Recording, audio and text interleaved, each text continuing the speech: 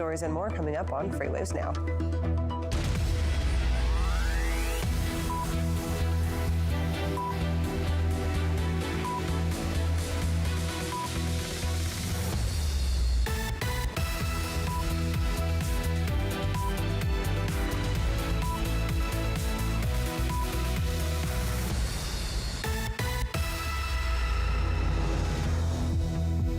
Good morning, everybody, and welcome into your final FreightWaves Now of the week. I'm Kaylee Nix here with Anthony Smith. That's right. On this Friday edition, we have a jam-packed show for you. We have Grace Sharkey here that's going to be talking about some really cool community stuff. We also have Mary O'Connell who's going to be joining us as well with a lot of updates around what they're working on lately. And we have to get to our first story because it's a huge one, and it's going to get to the big story that was released yesterday around BP. Sudden announcement that they are going to be buying travel centers. Our John Kingston wrote this article yesterday releasing about all the news, and we're going to talk to him now. John, thanks so much for being here this morning. Thank you. Glad to have me. I mean, of course, yesterday that story dropped right around 8 a.m. So you guys were all lined up for FreightWaves Now. So you can guess I had to wait full 24 hours for me to be here to talk about it. It's an interesting story because now we have, as you mentioned in your original article, you've got your three major truck stop companies, which is TA, Pilot Flying J, and Love's, all owned by private companies. What led BP to this decision-making process and paying a pretty hefty price for it? Yeah, I mean, first of all, let's put a little perspective on the price. They paid $1.3 billion. The heftiness comes in the premium that they paid over the closing stock price on Wednesday. They said in their press release around 84%, but the math that I did and my colleague Steve Barrett did, it looked more like 74%, so I'm not sure what we're looking at. So yeah, they paid a big premium. They paid about $1.3 billion. BP, the parent corporation, made over $10 billion in the fourth quarter. So let's have that perspective.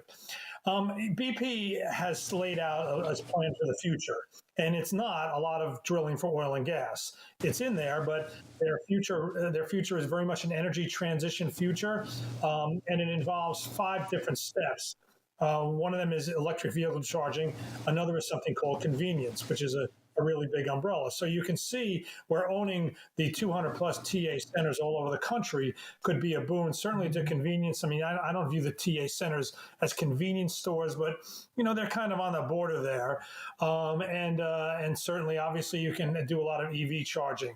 Now, gasoline sales, which would be the ones that would be displaced by electric vehicles, because you're not ready for trucks yet, certainly, are only about 11 to 12% of TA fuel sales. The rest of that is diesel. So obviously that's not really enough to justify this. So maybe they're viewing the TA centers as places where they can become electric vehicle charging centers, even for things that aren't on the highway. Even, if you happen to live near a TA center, you can go and charge there. So yes, they made some reference to hydrogen down the road, but as we know, hydrogen to fuel vehicles is still a long way off. So maybe that can come in the future. But when you slot this in, now they say they have 6,000 BP branded stores around the country. Let's remember that those would not be company owned for the most part. I'm trying to get an answer from BP about what percentage are company owned. If it's like the rest of the industry, it's a very small number, but they're BP branded. So BP takes basically a cut from everything that gets done. Most of the TA stores are TA owned, though they have been increasing their franchising in the past few years. So this gives them real estate along major highways. It gives them real estate that's very big. I mean, you can have a BP convenience store that's just a fraction of the size of a TA. So it does kind of fit. And yes, it's a big price. It's a big premium, but in the big scheme of a company that, like I said, made $10 billion in the fourth quarter alone, it's not that big an acquisition. And John, keeping on that theme, we're looking at, of course, the financial stability of BP and how much they were able to really come forward over the last few years. What about TA? What kind of financial footing were they on? Were they in the midst of a turnaround? What were they looking at here? Yeah, so they hired Joe Perchik as a CEO several years ago. Alan Adler's done a couple of good interviews with him, and he really turned the company around. And really, the best place to look is at Even before the pandemic, their stock price was down below $10. And it was, of course, now it's going to get sold for, I believe it's $86 a share, but it was, it was up to $40 or $50 a share prior to the acquisition. So their turnaround around was not quick, but it was slow and steady. They survived the pandemic pretty good. So yeah, they turned themselves into a company that could be acquired. Now let's point out that TA said in its release that it essentially had a bidding process to sell the company. So it's not like BP walked in one day, knocked on the door and said, "We'd like to buy your company." They had reached the point where they felt the best return for shareholders was to sell it. So BP and others participated in what the TA release suggested was a pretty robust bidding process, and BP came out on top. So, John, we spoke with Thomas Wasson about this yesterday, and he put forth a pretty interesting perspective about the quality of the TA truck stop and then the brand loyalty that a lot of drivers and fleets show to their truck stops, especially when you go thinking about Pilot Flying J versus Loves versus TA. If you've got two that are on opposite sides of the highway of each other, oftentimes a driver is going to choose based on their brand loyalty. Was there any indication on if TA is going to retain their name and their branding, or if they'll take completely over BP, and how that could potentially affect their business? TA did. I did ask TA that. They sent me a note that I felt was kind of like wishy-washy, like, well, maybe we'll do one, maybe we'll do the other. Branding is incredibly important on the retail side, not just for truck stops, but, you think about a lot of companies, major oil companies that bought other big companies, kind of retired their brands or sold the rights to the brands. And then you think about when Amoco, which is now owned by part of BP, when they bought Arco, Arco was such a strong retail brand name on the West Coast and in California in particular, that there are still Arco stations out there, even though Arco as a company, as an independent oil company, hasn't existed for 25 years. There's Gulf is still out there. Gulf got bought by, who bought Gulf? I forget, I guess Chevron in 1984. So I think that the TA and BP will look at it very closely in terms of how much do you retire the TA name, if at all. It's a very difficult, I should say difficult decision, but it's a very complex decision. And you're right, TA is a very strong brand name, and people might not want to move away from it. They may decide not to move away from it. And John, can you just really quickly recap the expansion here? So for BP, as you mentioned, sometimes it's across the highway or maybe across the street from them. But does this really kind of get them into any new states, for example, or any new regions or anything like that? I really don't know. I mean, if BP's got 6,000 outlets out there, then that's a lot of outlets. I'm sure they're in most of the country, but I really don't know. But, there's a BP branded retail station right near me. I mean, I could fit my house on the size of the lot. I mean, it's that small. So, that 6,000 includes a wide variety of types of outlets, from a small little shop with a few pumps to maybe a full-scale convenience center. So, the ownership structure in retail fuels is always really interesting. Exxon does not own most Exxon stations. An independent that wasn't always the case. An independent owns it, but they have to buy branded fuel from Exxon, and then after a certain amount of time, they can go on. They can become a Shell station, or they can become a racetrack. Well, I shouldn't say that. Racetrack's not a good example, but this is a constant flux. It's kind of a real colorful business with a company with some sites staying the same company for 30 years and others changing maybe 2 or 3 times over 15 years. So we're going to have to watch to see what BP and TA do. It's going to be interesting to watch for sure, John. Thank you for bringing us the story yesterday and getting it turned around so quickly this morning. Anything else that you're working on coming up?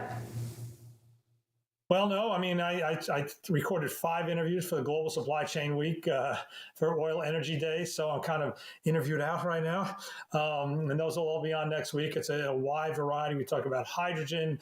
We talk about the fuels market. Unfortunately, I did that interview with a longtime friend of mine, Gary Beavers, before this, so the timing wasn't great.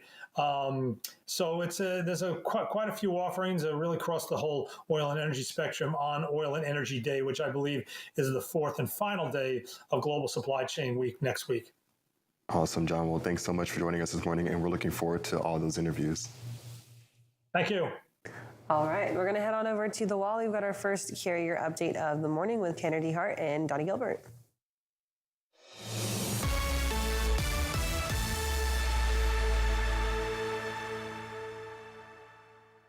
Happy Friday. Welcome to the first carrier update of the morning. Donnie, looks like we're looking at some diesel fuel. What's going on? Yeah, so I was a bit surprised. I thought it might turn back up after we saw some of these rises here. Blue line is retail diesel. Green line is our ultra-low sulfur diesel rack price, which is the wholesale. But overnight here, we saw the rack price actually turn back down and come back down some, which is give a little bit of relief to the diesel fuel market, which still allowed our fuel to drop about 1 cent on this other day. This is yesterday, so between Wednesday and Thursday. So still heading in the right direction. I was worried as this went up a little bit more and this kind of stalled out to that half a cent or less, that we were going to see an uptick. And if to saw an uptick, it could take a little bit while to get that downtick back on the roll. So we're still rolling ahead. On the next chart here, if we look at it, we have our wholesale spread, and as it dropped down, our wholesale spread actually increased to about $1.51 still, which is still it's a very healthy spread that should allow diesel fuel to continue to drop as long as we got this much. I get nervous when we start dropping below that 120, or if you see some volatility, those station owners may stop dropping the price. But so far, we're still in an area where these station owners should be comfortable enough to continue to let diesel fuel prices drop. Now, do you think that the oil price is changing? I know we kind of let some reserves open. Do you think that might have any impact moving into March with fuel? It very well can. Right now, it hasn't had an effect right now. Sometimes just the knowledge of that, will start letting it drop a little bit more. But so far right now, as slow as it's dropping, no.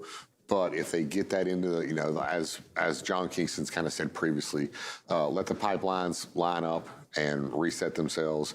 We'll see what kind of effect that has, and hopefully during that time period, it will start to push those prices back down.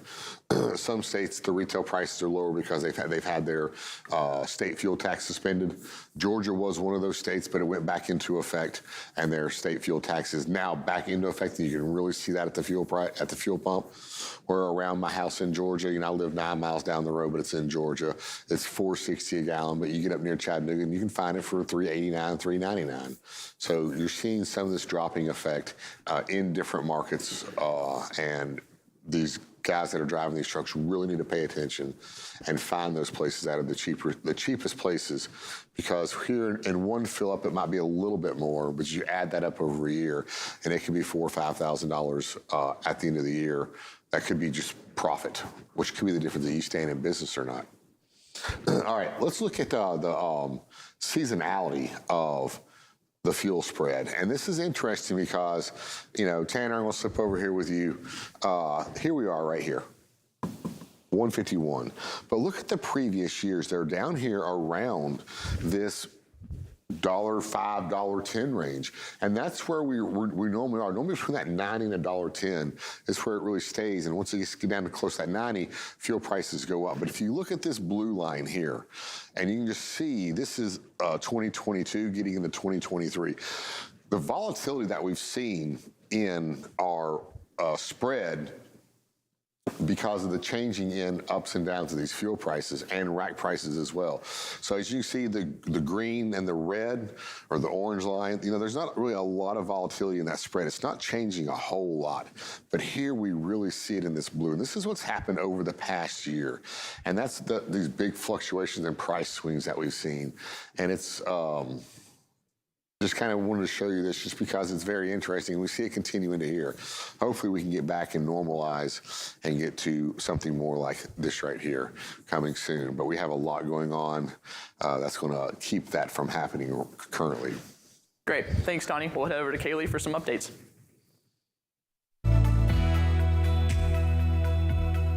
All right, guys, thank you for that one. It's time for our first check of top stories this morning from FreightWaves.com.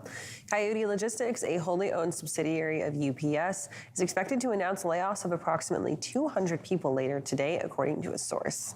It's not clear exactly where the layoffs would occur, but rumors have been circulating since January about the health of the enterprise operations team. Sources say that lower truckload volumes, which dropped from over 8,000 non-UPS loads per day to 6,100 non-UPS loads per day, left the operations team underutilized. UPS acquired Coyote back in 2015 for $1.8 billion. Former truck drivers are coming forward to criticize the marketing tactics of Elon Musk around the much anticipated Tesla semi-truck, saying that they really don't know operational details about the truck, just that it looks pretty flashy. However, other experts are excited about the plug-and-play nature of the Tesla Semi, how quickly those trucks could be integrated into fleets due to their simplicity. Some of the key details missing about the trucks include its weight specs and its true range. And FedEx Ground has launched its driver contractor grading program amidst much controversy, giving it the name Metals.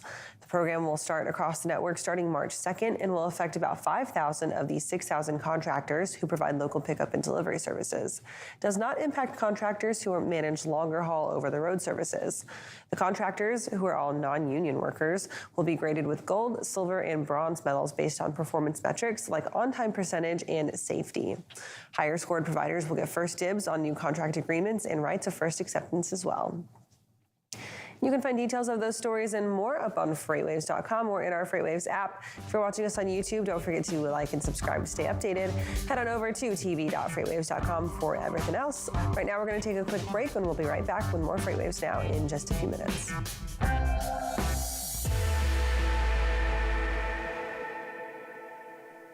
The 2023 Freight Tech 25 list is filled with meaningful innovators from across the industry who are helping shape what the future of supply chain will look like. Check out the full list of these companies and all the latest Freight Tech news at FreightWaves.com. From the truckload quoting page within TieTMS, you can create a new shipment to instantly display your historical lane average alongside all of the market-leading rating intelligence tools. In just a few clicks, you can adjust the quote, add your margin, select your quote response template, and email an official quote right off to the customer from the same page. Request a demo today at tie-software.com to find out how TieTMS can optimize your quoting process.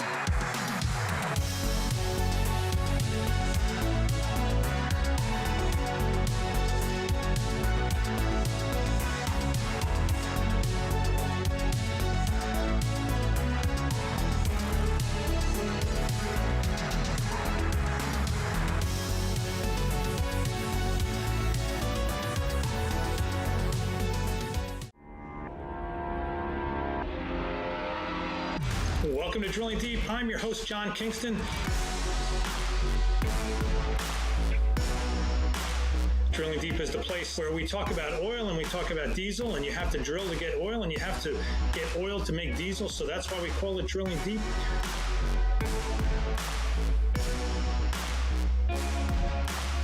Drilling Deep drops every Friday on FreightWaves TV and all available podcast platforms.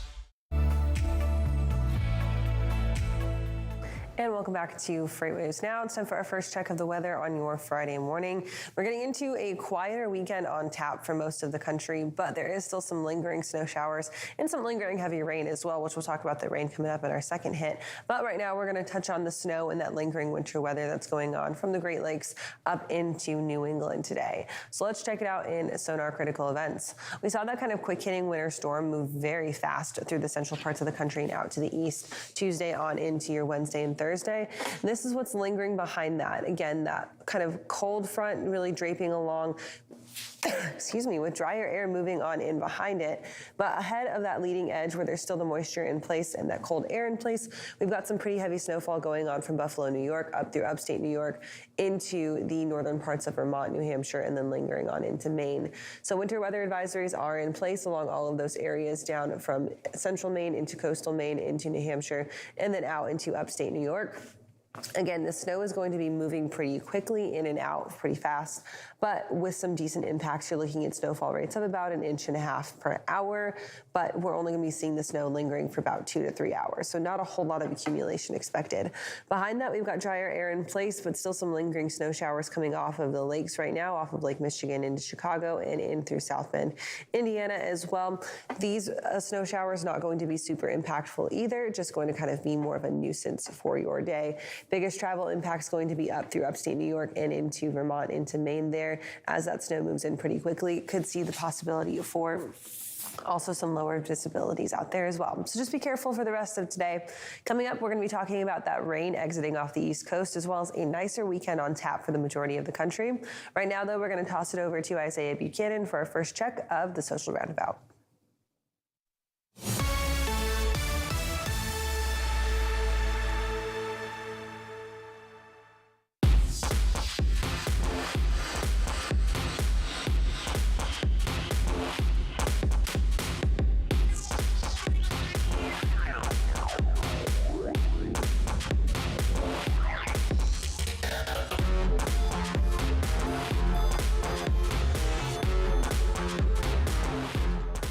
Welcome into Social Roundabout, everybody. That is right. We have made it to Friday. And just like that little girl or little boy dancing couldn't tell, I got that Friday feeling too. And you know what could possibly bring my Friday feeling down? How about this? For those of you who can't see what's on this label, we have this video right here. It is a Peeps and Pepsi combination. So we have the absolute worst candy that has ever been created. And yes, if you want to cancel me over that, go ahead, but I'm sticking by that. That's a hill I'll die on. Peeps is the worst candy ever. They have a new combination with Pepsi. This is a limited time drink that they're going to be selling this year for just a little bit. Now, if you want to ruin your weekend, I guess you can go ahead and get one of these drinks and try it. I'm not even going to try this one. We'll probably just leave it in the fridge and wait for it to go bad. But if you're looking for something to do this weekend, there's a lot of sports that are happening. NBA All-Star Weekend is taking place this weekend, and it gets started off tonight with the celeb game.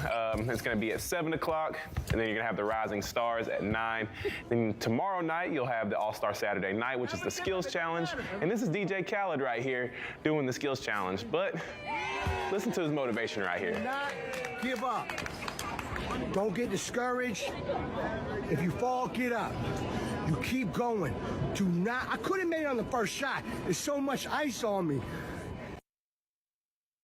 If you saw him doing the challenge, maybe he needs to stick to just making music. But we're also going to have the slam dunk contest Saturday night as well, followed by, it'll be the skills contest, 3-point contest, and then the dunk contest. Sunday night, there will be the NBA All-Star Game itself. They're going to do a draft 30 minutes ahead of time. So LeBron James and Giannis Antetokounmpo will draft their teams, and then they'll play. It'll probably be like 160 to 170 because those games are just for fun and nobody plays defense, but that's what we want to see. And then also, you're going to have the XFL going on this weekend. The XFL is back. We're not done with football, even though the Super Bowl just happened. The Rocks League is kicking off this weekend with the Vegas Vipers taking on the Arlington Renegades at 3, followed by the Orlando Guardians and the Houston Roughnecks at 8 o'clock on Saturday. Then on Sunday, you're going to have the St. Louis Battlehawks, and then they're going to be playing the San Antonio Brahmas, and then they're going to be followed up by the Seattle Sea Dragons and the DC Defenders. So plenty of sports to watch this weekend if you're looking for something to do. I mean, how can you not love having more football year-round now with the XFL starting back up? That's all I have for this edition of Social Roundabout. Right now, I'm going to toss things back over to Kaylee and Anthony.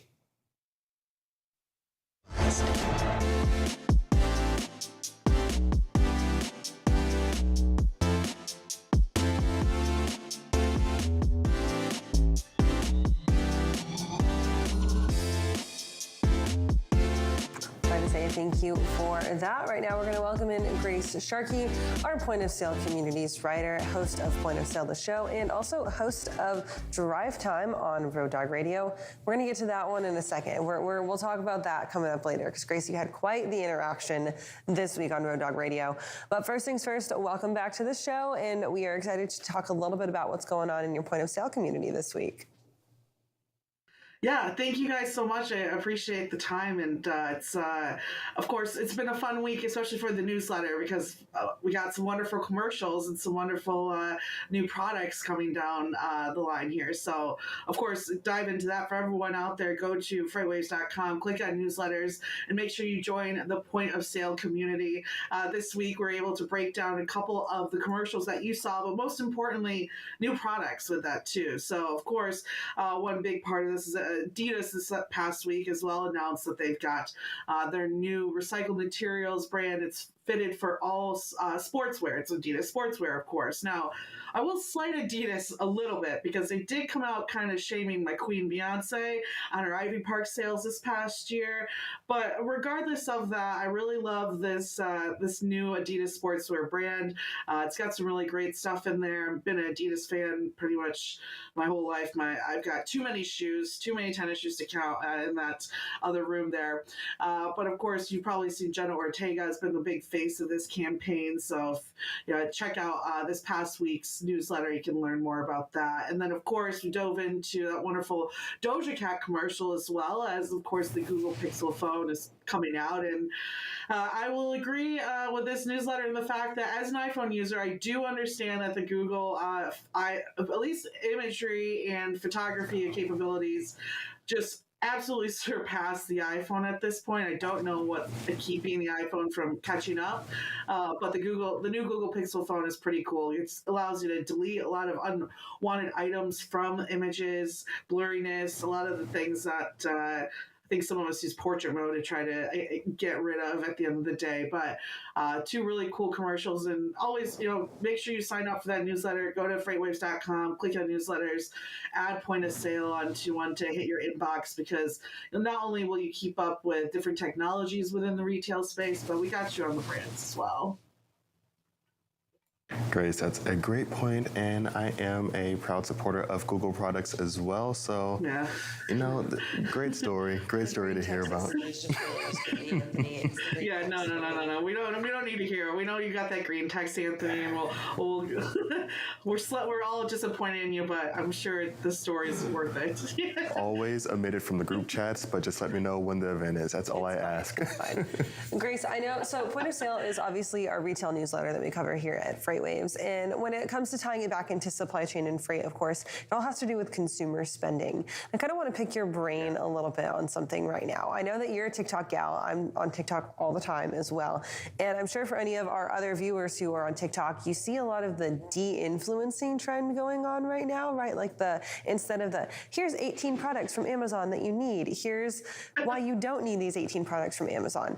Have we started to see any of that conversation break over into the supply chain space right now about how brands are maybe taking this and saying, whoa, the consumer is now being de-influenced from buying our things. What are we going to do?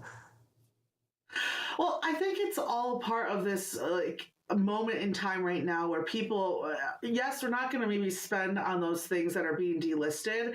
But what's interesting about those as well is they're kind of like pushing you towards, at the same time, brands that maybe are of lesser value, or of like different things that you can put in place of that.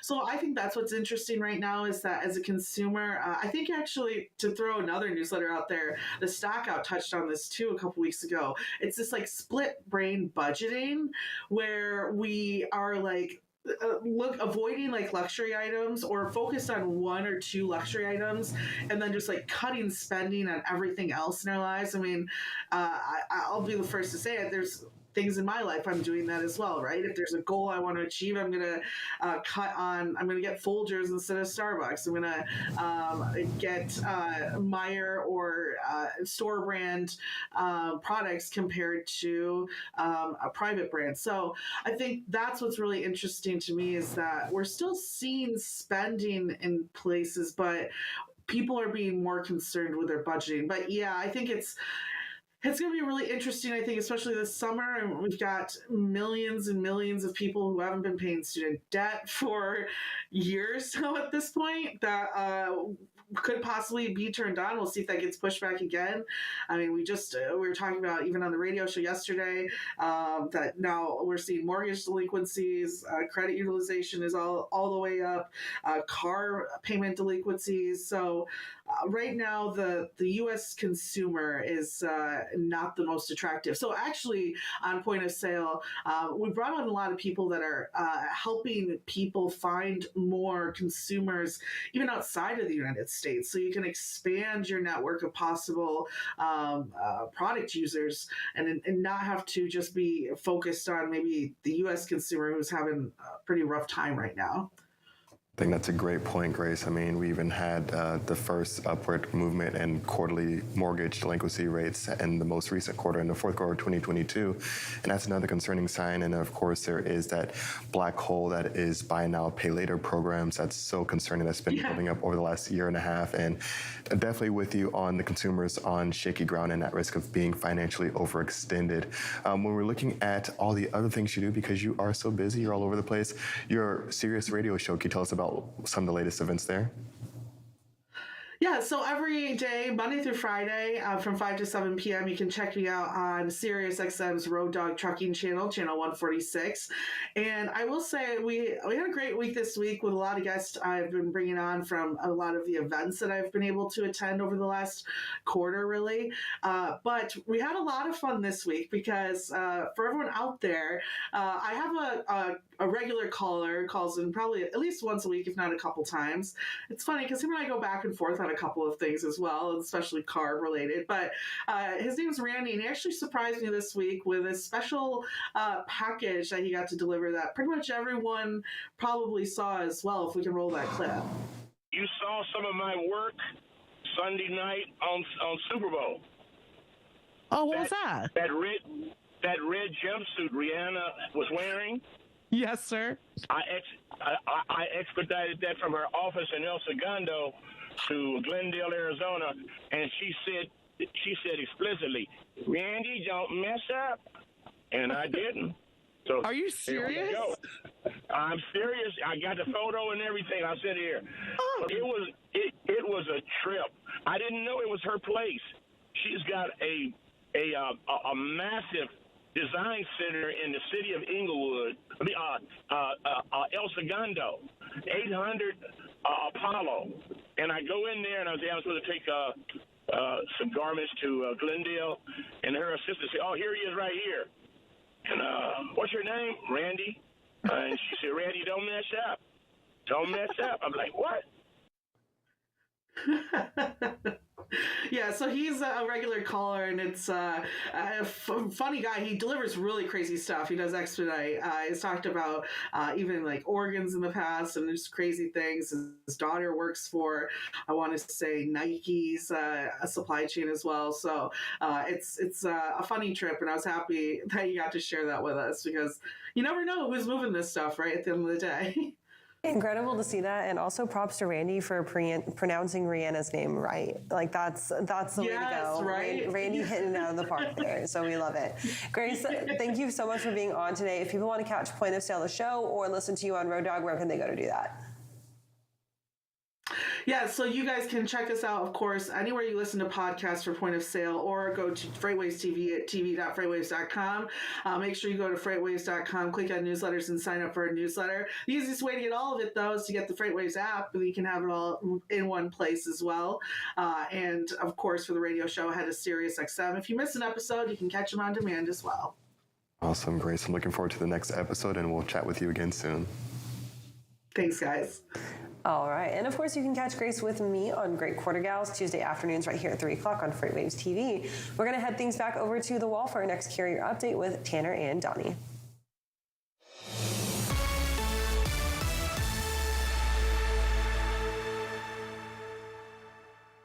Welcome into another carrier update. Looks like we're going to be taking a look at some tender data. Donnie, what's going on? Yeah, so we're looking at outbound tender volumes. This is dry van, reefer, flatbed, everything together.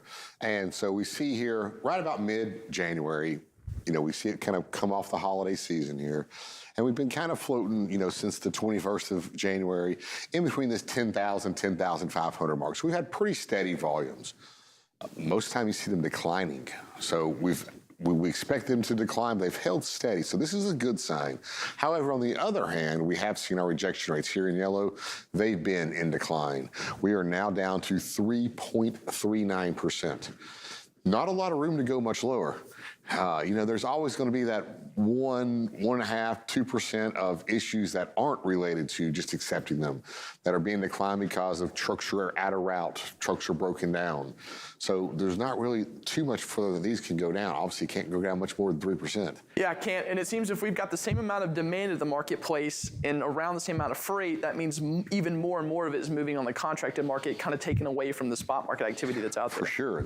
Now, these guys on the contract market as well, they're accepting this freight now, whether they can move it or not. They can always get it worked back out. Until they make their customers upset, they're going to continue to do that. So it's like, we have 5 trucks in the market, we're taking 7 loads. Can't get 2 of them, we'll get them in the morning and roll some other freight. And that's what they're doing. So if they do that, then that's going to, as you said, take volumes out of the spot market. Then you're going to have too many trucks in the spot market. And as we've seen in the spot market, rates should continue to decline as well. So that's what's been going on there. Let's look at the next chart here.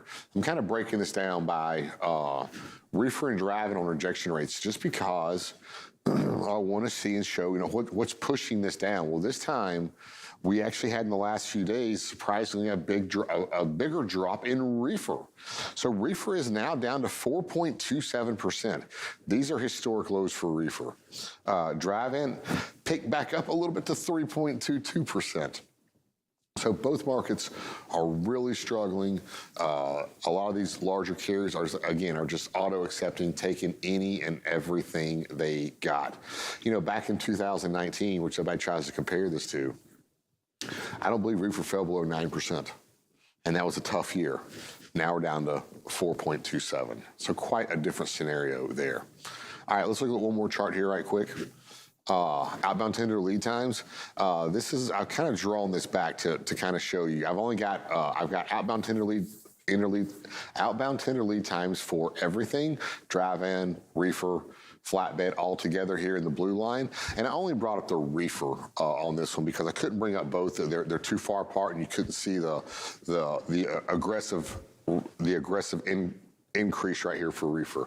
So we see reefer jumping up here. It's now at 4.45 there? Yeah, 4.457. Normally it's around 4.1, 4.2. And the average here is up to 2.96. You can see it's running just a little bit high, and it could be because this reefer's a little bit elevated. But with a reefer elevated, this is one thing they need to see, that they need to push. This is an opportunity for them to push their rates up. They're not. They need to push their rates up. And when we come back, Tanner, we're going to look at a U.S. map, and I'll have OTLT for reefer laid out across that map. I'll have one market highlighted, but as you can see, some of these markets, even in the Southeast that we're more familiar with, have pushed their tender lead times up to 5 days for reefer. And if they're pushing out and having to get another day and a half extra in there to book these loads, that means they're struggling a little bit. And they're obviously not willing to pay the higher price, trying to keep the pressure down on prices. But this could give these guys a little bit of opportunity to start pushing these prices up. Absolutely. Thank you, Donnie. We'll be back right after the break.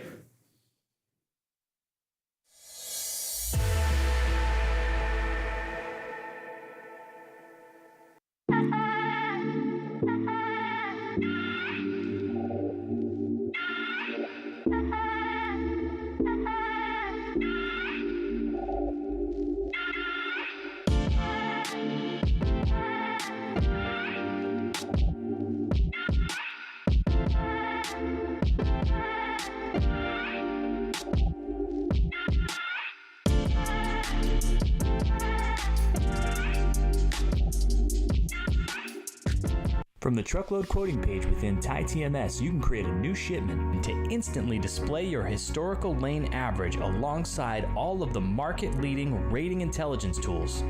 In just a few clicks, you can adjust the quote, add your margin, select your quote response template, and email an official quote right off to the customer from the same page. Request a demo today at tie-software.com to find out how TIE-TMS can optimize your quoting process.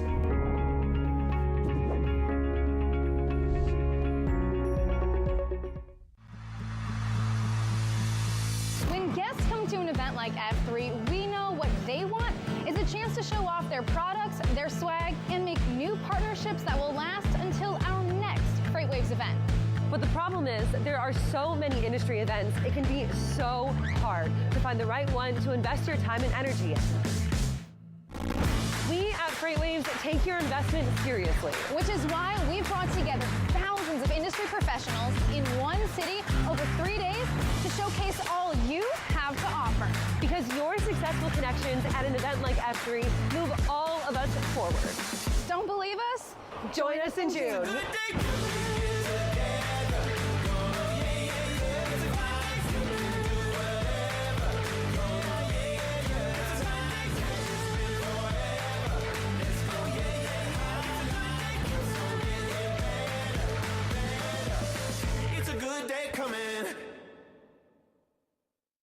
Hey everybody, this is Thomas Watson, enterprise trucking carrier expert here at FreightWaves, telling you about my show, Loaded and Rolling.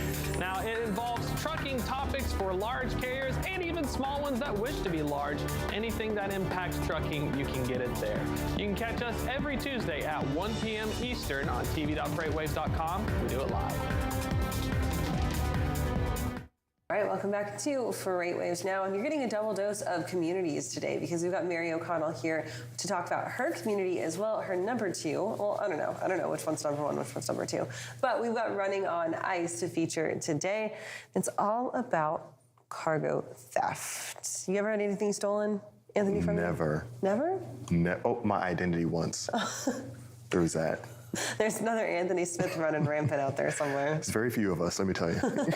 Mary, let's talk a little bit about cargo theft because it's a massive industry. The FBI estimates between $3.5 and $10 billion in stolen cargo per year alone in the United States. Why so much stealing? I mean, obviously, other than, free stuff. No, the whole thing behind cargo theft is it's usually not like some guy and his friends are like, I'm going to just go steal off that truck. Like, that doesn't usually happen. It's usually a little bit more, I don't want to say high tech, but a little bit more legit than that. Like, there are some career criminals who do just go steal stuff off of trucks, rail cars, ports, you name it. If there's freight there, someone's probably going to try and steal it. Which is not something that literally anyone wants. No one wakes up in the morning and goes, ooh, I think I want to get my cargo stolen today. I think that's something that I want to do. And so, Mary, not that you know the lifestyle of a cargo theft professional, but are we looking at just that? Because I can only imagine that it can get really intricate. And so are we looking at potentially people that have this plan down pat and they are, almost like veterans and this is what they almost do for a living? Or do you think this is kind of almost like people that, hey, that job we did, 8 months ago, you said you're not doing this again and you're done. Well, we got one more ride. What are we looking at here potentially? I think we're somewhere in between just a guy and an opportunity and the movie Baby Driver. I think we're somewhere in between that. So basically what we're going to see a lot of is it's going to be a lot of people who, might have a group or a gang or something like that where they will put things together and they know what's going to be on those trucks, whether they have some sort of intelligence on it or whether someone has told them. It's really going to be someone who that's their entire profession. It's very professional, it's very organized. It's going to be like the Italian Job where they go and steal a safe but with cargo freight. So it's just one of those where it is a professional someone and it's not just a guy sitting there like, I'm going to get on your truck and I'm going to steal everything. No, it's much more of a professional thing. There's usually multiple people. They know what they're doing and they can be in and out and done in 5 minutes. So a lot of cargo theft happens. I think it's within like a 50-mile radius of the cargo's origin point, right? Like if you've got a warehouse and these criminals know like, this is like the Xbox warehouse where the Xboxes are coming out of, right? And they're going to their distribution points. Then they know that like they have the opportunity to target those drivers as soon as they leave that warehouse or that DC. Can you talk a little bit about some strategies that drivers can use to maybe mitigate cargo theft, i.e. not stopping if you're right close to your warehouse? I mean, sometimes stopping close to your warehouse is unavoidable. I mean, whether you have to take a break or whatever that, or like use the restroom, whatever that may be, sometimes that is unavoidable, and it's not necessarily always on the driver to help prevent some of those cargo thefts. A lot of it can be done with the shipper, and that's literally just as simple as, there is some technology out there that can say, well, okay, well, we know that X amount of cargo thefts has happened on this road at this time of day, so we're going to schedule trucks not at that time of day, where maybe there's a less, like, it just lowers the chance that some kind of theft could happen. So really, it's just about knowing all of the details about it, and that's why there's some really great technology that's come out lately that has been able to kind of monitor the truck and monitor the temperature that the truck is at. So if you have temperature controlled freight, it's going to that's going to monitor that freight, and then it's also going to monitor that truck for any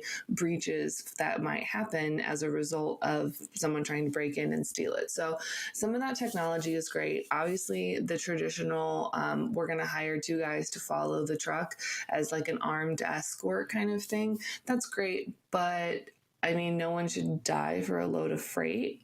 So they've actually started using some drone technology that will follow the truck.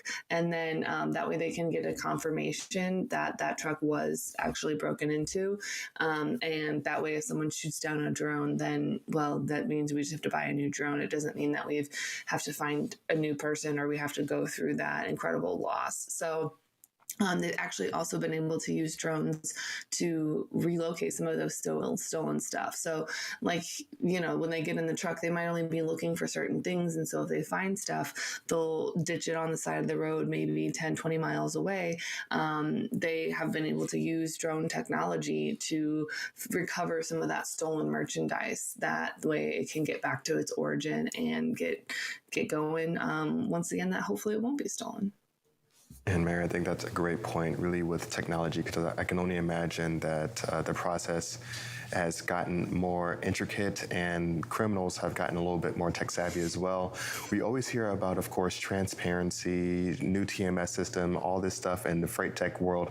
But do you ever come across freight tech security companies at all?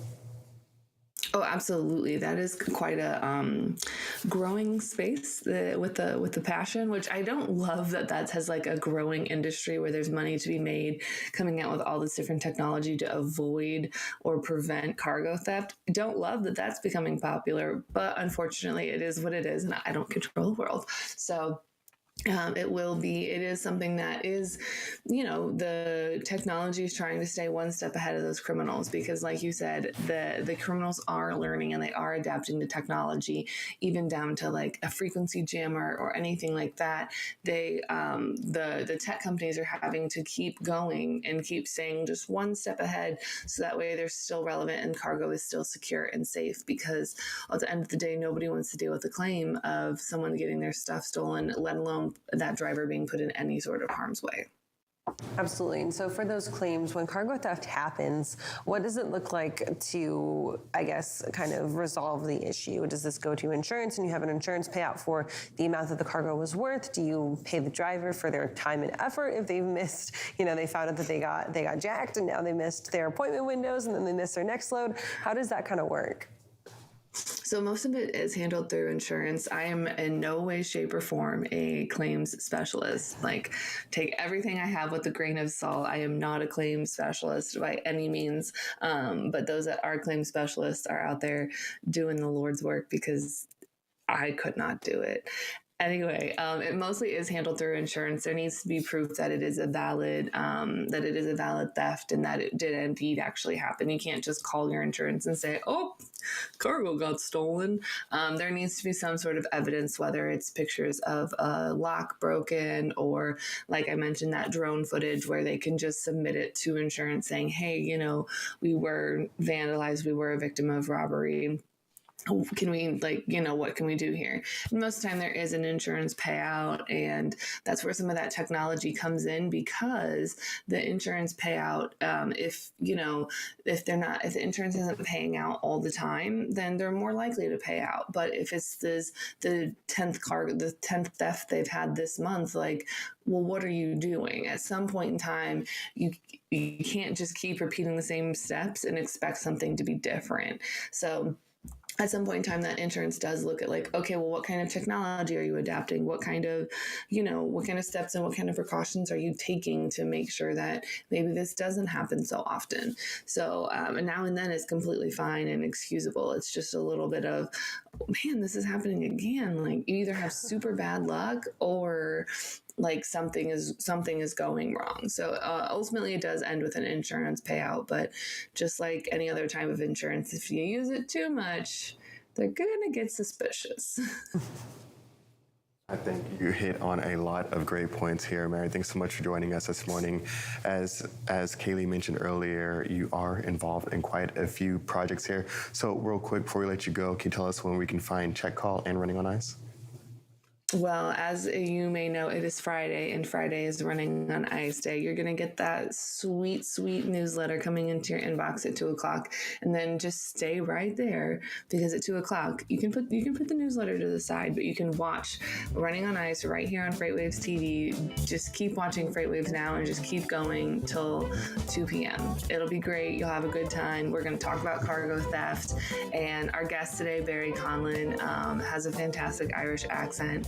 And I highly recommend everyone tune in, because as with every Irish accent, things become tings, and it's the greatest thing that ever happened. Also, Barry is incredibly intelligent and knows just about everything there is to know about cargo theft. Awesome, Mary. Well, thank you for that. We will see you later this afternoon. Right now, we're going to take a quick break, and we'll be back with more FreightWaves Now.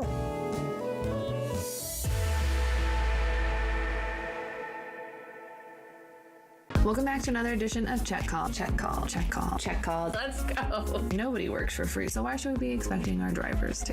Okay, let's just get it together now. What are some of those proactive steps that you can start taking now? For myself, I would like the Earth to still be here for a little bit longer, but you know, is a hot dog a sandwich? Oh, okay. Is pizza an open-faced sandwich? It's bread. I have been ready for this question. I've seen the show. We're all in this together. Thanks for making me hungry. Now I want a hot dog. You're welcome. Catch episodes of Check Call Tuesdays at 12:30 on FreightWaves TV. Keep up with all things Check Call on freightwaves.com/checkcall. See you on the internet. From the truckload quoting page within TieTMS, you can create a new shipment to instantly display your historical lane average alongside all of the market-leading rating intelligence tools. In just a few clicks, you can adjust the quote, add your margin, select your quote response template, and email an official quote right off to the customer from the same page. Request a demo today at tie-software.com to find out how TieTMS can optimize your quoting process.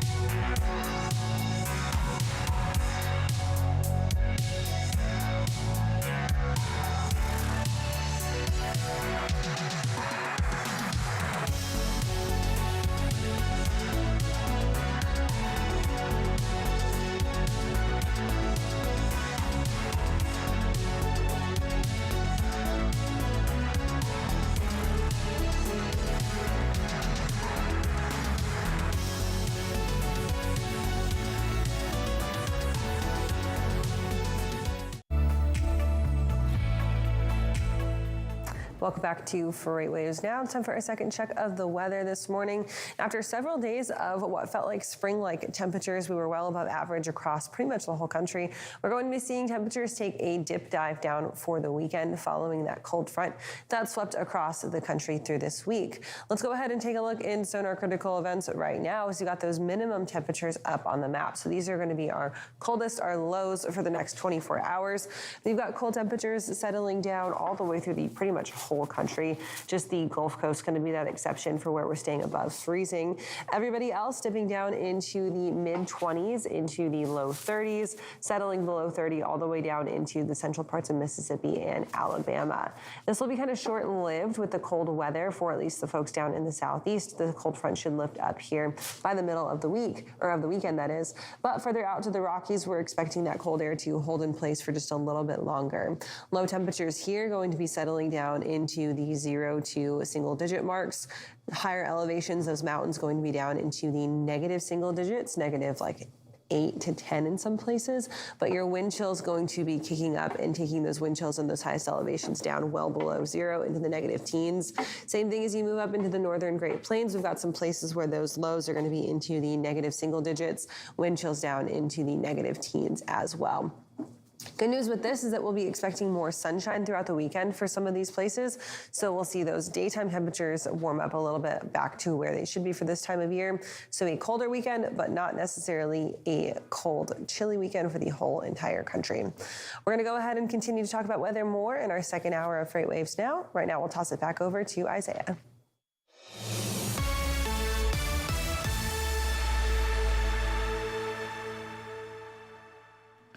Welcome into Social Roundabout, everyone. I'm Isaiah Buchanan, and I have a little bit of sad news to start off this Social Roundabout hit.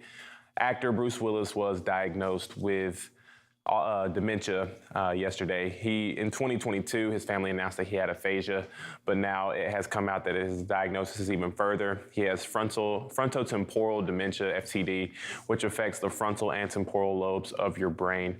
So this is going to cause a lot of issues with motor function for him. He's already had some issues with communication, and those are probably going to continue to they're not going to digress at all. They're going to continue to get worse and worse.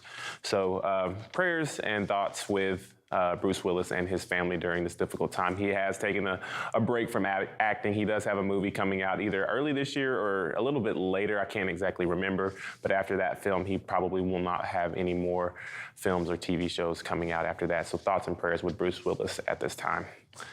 Now, this morning I was scrolling through TikTok trying to find something to talk about for this morning, and I came across this video. It's going to show what happened to a girl who got diagnosed with COVID, but couldn't find anybody to cover her shift. Take a look at this. Can I have the spicy chicken deluxe with just fries? Of course. What else do you need? See, the most unbelievable thing about this is that it's at Chick-fil-A. You telling me Chick-fil-A, the most well-ran, most well-operated fast food chain in America, couldn't find somebody to replace her, and they had to have her call in to take orders through the drive-thru? I don't believe it. I'm not buying it. Lastly, I want to talk about Pepsi. We all love Pepsi, right? But now they partner with something that we might not all love as much, and that's Peeps. The two of them have this new limited edition Peeps Pepsi, which is coming out, and it's available now. And you can get it at stores. I'm not gonna be the one to try it, but you know, this is the video that they put out on social media a couple days ago, showing the two combining their, you know, I don't even really, there's not really much you can say because it's Peeps. I mean, they're just absolutely awful. The worst candy that's ever been made. So if you want to try it, go ahead, be my guest. Let us know in the comments whether or not you're going to be somebody who tries it or not. Kaylee, Anthony, do you guys think you'll try the Peeps Pepsi? Hard pass. I'm only not trying it because I don't drink carbonated drinks, but I don't think there's anything wrong with Peeps. Nope, no Peeps, no Pepsi, absolutely not. The Peepsy. It sounds like it might be a great idea. You know what? Maybe we should serve it at Global Supply Chain Week and see how people feel about that. Oh, it could be a giveaway.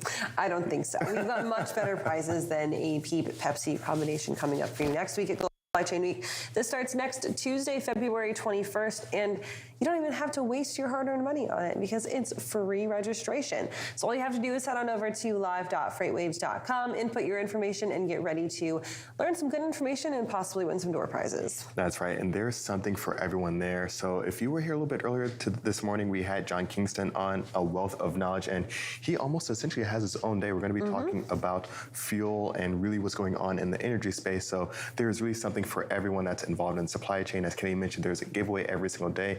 Go over to live.freightwaves.com, free to register, and of course, this is a great networking opportunity to get ready for those in-person events.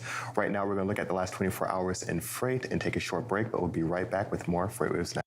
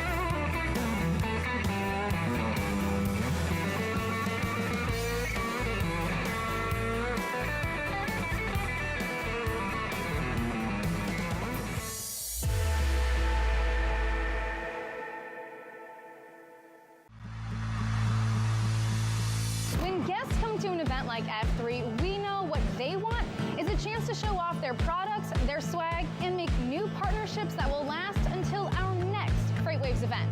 But the problem is there are so many industry events, it can be so hard to find the right one to invest your time and energy in. We at FreightWaves take your investment seriously. Which is why we've brought together thousands of industry professionals in one city over 3 days to showcase all you have to offer. Because your successful connections at an event like F3 move all of us forward. Don't believe us? Join us in June.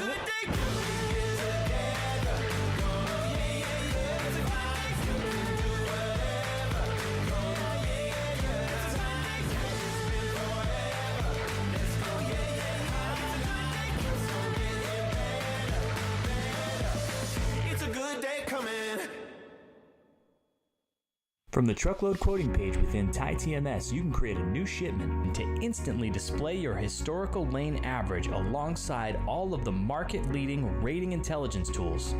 In just a few clicks, you can adjust the quote, add your margin, select your quote response template, and email an official quote right off to the customer from the same page. Request a demo today at tie-software.com to find out how TIE-TMS can optimize your quoting process.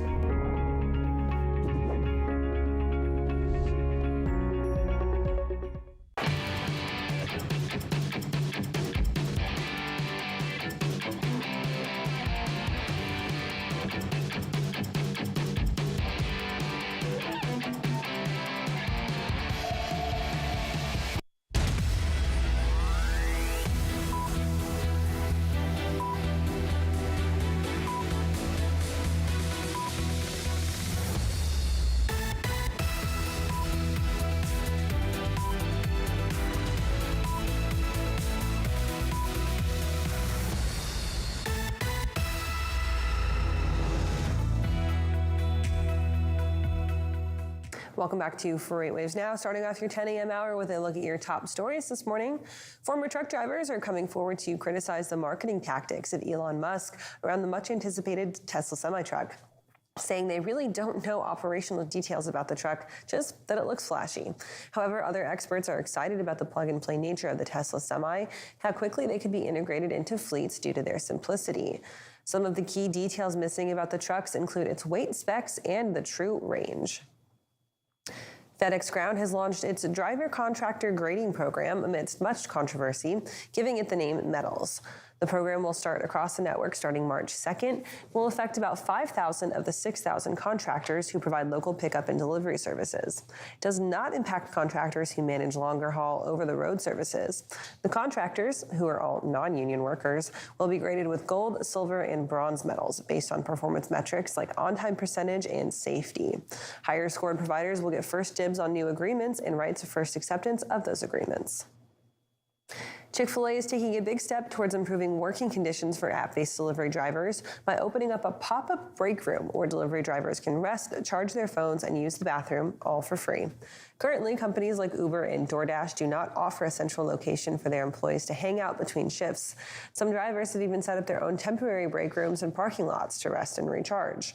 The break room will open in New York City and will include access to bike storage, Wi-Fi outlets, and drinks, but it does not include chargers for e-bikes, which the majority of New York City drivers use to complete their jobs. Overhaul has recently acquired cargo theft monitoring platform SensaGuard to gain another foothold in the global supply chain security industry. This will add established offices in Brazil, Mexico, and the Czech Republic to Overhaul's portfolio to go along with the company's Austin, Texas headquarters. Currently, the FBI estimates between $3.5 and $10 billion worth of cargo is stolen every year just in the United States alone. Overhaul's workforce will also double to about 650 employees. And Uber Freight is sticking with a bearish outlook for the rest of 2023, citing capacity indices that exceed demand indices in most of transportation, driving the downward slump of rates. The company said that it expects the spot rate recession last year to transition into a broad-based volume recession this year as the waning consumer spending gets felt upstream. Mazen Danoff, a senior economist at Uber Freight, said that all the declines of last year were seen while the market was still oversupplied with capacity, so the full brunt of effects won't be felt until this year. And you can find details of these stories and more on FreightWaves.com and our FreightWaves app. If you're watching us on YouTube, don't forget to like and subscribe to stay updated. And of course, head on over to tv.freightwaves.com for anything you might have missed from this week. We're going to toss things back over to Tanner and Donnie for our next carrier update.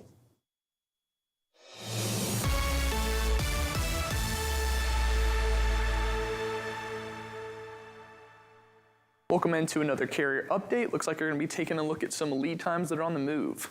Yes. What I did was we were looking at reefer outbound center lead times. It showed that increasing here the last 2 or 3, 4 days. Threw it up here. Twin Falls, Idaho, they're pushing lead times out to 6.8 days. That's a week in advance. I believe in Washington, they're pushing out even a little bit further. But here, these are areas that are this color blue or darker are above the average. And then you have Memphis is right around maybe just below the average. And that's hardly not even shaded, any color at all because of a lot of these ones that are getting so high. We take our range and put the darkest at the darkest blue and the lowest at the white. So we have ranges from 2.2 days all the way to 7.45. But you see here in the southeast here, we have some blues that are popping up along the poultry belt here. These are getting extended. And then, of course, some of your more rurals are way out there at a week plus, week and 7.5 days. So there's just some kind of seam, that to look at. And if you're reefer carriers in these areas that are in the blues, these are where you need to be pushing your rates up. And if you don't try, they're not going to help you.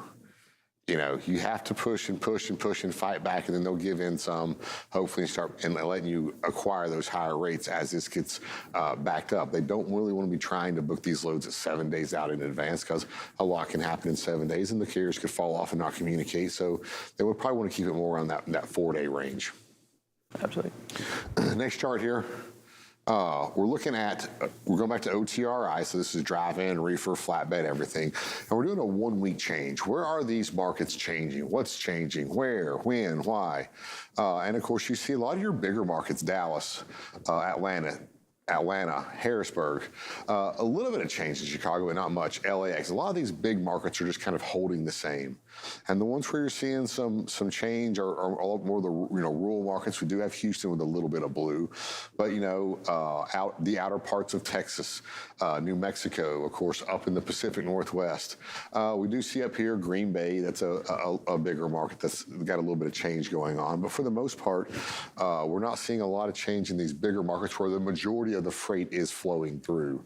So again, it's going to make this tough on pricing. If you're picking up in these bigger markets where they're kind of saturated with capacity right now, you're going to have to probably run up to these rural markets that are in red here and low volumes to really kind of get those rates up. If you go large market to large market, a lot of people want to run that lane, so they're able to push those prices down on you right now. Absolutely. One thing that's interesting to me, it looks like Houston actually has a little bit of an increase. Wonder what's going on there down in Houston. I've checked that several times. Houston does. Houston's a market that shows up on our head haul index a lot, on our weekly change a lot. But the rates coming out of Houston just aren't that great of a rate for what the colors are showing, which kind of tells me that, either there's a lot more capacity there than what we can see, or shippers have a great grip on that market and keep those prices down. I believe if I was running out of Houston, I'd be trying to push those prices up. But if you got a lot of people there that aren't helping you out or aren't in that, if they're just accepting what they can get, it's not going to allow for anybody else to push those prices up. So everybody needs to do it. Let's look at one more map here. This is our head haul index. And this is what we say run to the blue. We kind of looked at this a little bit yesterday. Markets that have more outbound loads than inbound trucks, you got Dallas, you got Memphis, you got Atlanta, Harrisburg, Chicago up here, Indianapolis, Columbus. These are where I'd be trying to keep my trucks. But there's a lot of blue in the Southeast, a lot of blue in the Midwest. I'd be probably trying to run my trucks if I'm going for the little bit of a longer, not long hauls, but that mid-haul range. I'd probably keep them in between the Midwest and the Southeast. Awesome. Great, Donnie. We'll send it back over to Kaylee and Anthony. All right, guys, thank you for that carrier update. Anthony, yesterday we had Freightonomics with yourself and Zach Strickland. That's right. There were just so many macroeconomic updates over this last week, and we had to jump into just about every single one of them. We got to check it out today because it was so important. We got to watch it twice. So let's take a look at yesterday's Freightonomics. Todd Maiden covering the Cass shipments indices. Cass, an invoice auditing, freight auditing provider. So they have a lot of invoice data and they create these indexes out of it. And probably the bigger one that everybody knows about is the shipments index, and it combines truckload, intermodal, LTL. If it's transported, you name it, they count it. And the shipments index was actually relatively strong in January. I just talked about OTVI being relatively strong in January, February. Not as big of a drop seasonally as we would have expected. And it's one of the things that they cite that I found interesting here, Anthony, is that January benefited from a backlog of shipments due to severe winter storms in late December. And I'm just kind of like, all right, maybe a vacation. But the idea of a backlog, I think, is the big takeaway here, is that we see these, like automotive has, and the OEMs had this backlog of inventory that was unfinished. Dr. Rogers talked about it. Right. Now supply chain have kind of unkinked, and it's releasing a lot of that flow out of the system. So some of this, like we just talked about with OTVI, the local length of haul, this is upstream repositioning activity that's kind of keeping transportation markets afloat right now. Yeah. And it's not real. It's not demand-driven real, I guess is the point, right? Right, and I think that's one of the parts that we're going to see throughout much of the economy. It's just some of that backlog's being worked through. I know when we're looking at upstream, even though we're seeing contraction, and when we're looking at things like the ISM PMI, things like that, industrial production at 0%, so stayed flat after really kind of decelerating in the previous release. We're definitely still seeing that there are backlogs being worked through upstream, and I think that's also being the case through downstream segments as well, as as you mentioned, some of those repositionings happening. Even though we are seeing that contraction in the ISM PMI, we have to remember that number was built up so high at a certain point in time that backlogs, even though that is contracting, they're still being worked through. Same with housing construction. We're seeing contraction here for sure, down another, I think it was 4+% in the latest month, but there's still a record number of homes that have been authorized but not started or still under construction.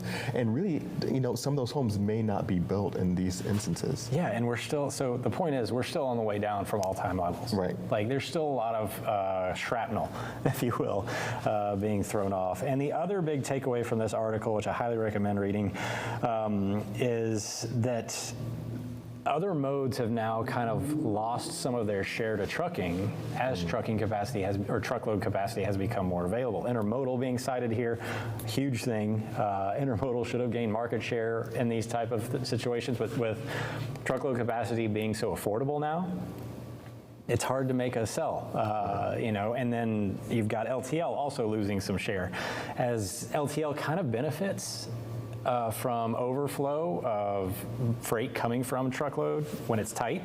That's eroding back out of LTL, getting back on the trucks because it's cheaper at scale. Right. So those are my two big takeaways there. I want to pull up one chart here, the rail versus truck chart. So this is CLAV, accepted tenders only, and our O-rail chart. Loaded container volumes for both 20, 40, 53-footer intermodal containers on the rail. The erosion out of the truckload market is still really strong. Right. And if it's being supported by that erosion out of intermodal and other things, like intermodal's down 8% year over year, CLAV's down 18% year over year. This is a tough sell to me to be like, okay, things are okay. Right. Like I know we're still coming down from all-time highs, like you said, but it's kind of like I think we might be positioning this erosion kind of too positive. Like I think we're still in a downswing that has not yet found its full bottom, right? Oh, I completely agree, and I think we're looking at different other aspects, and we're looking at even, of course, macroeconomic things.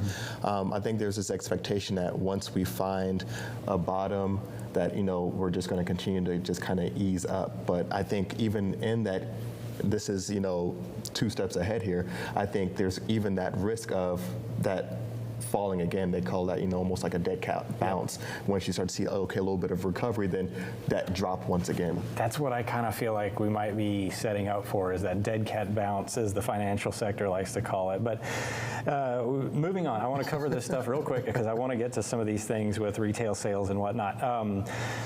Freightway PAM Transportation earnings report. So the only big takeaway here, this company had big revenue increase. It was like 13%, but they had an acquisition. Okay. So it's going to noise that up. They did in this acquisition, they acquired a 320 truck carrier, but they grew their fleet by more than like 500 trucks. So they added trucks in addition to that. Guess what their OR did, Anthony? What's that? Fell off a cliff. PAM had a 79 OR last year, this fourth quarter last year. It fell all the way down to an 86 and adjusted at a consolidated level, but their trucking OR fell from a 79 to a 91. Wow.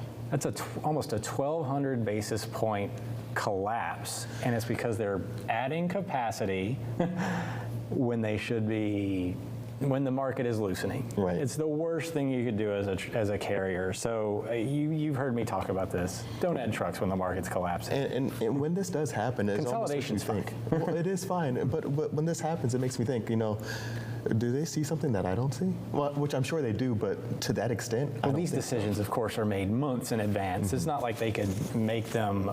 They didn't make them in the fourth quarter. They probably made them months. And the acquisition, absolutely I have no criticism of that whatsoever. That's removing competition from the space.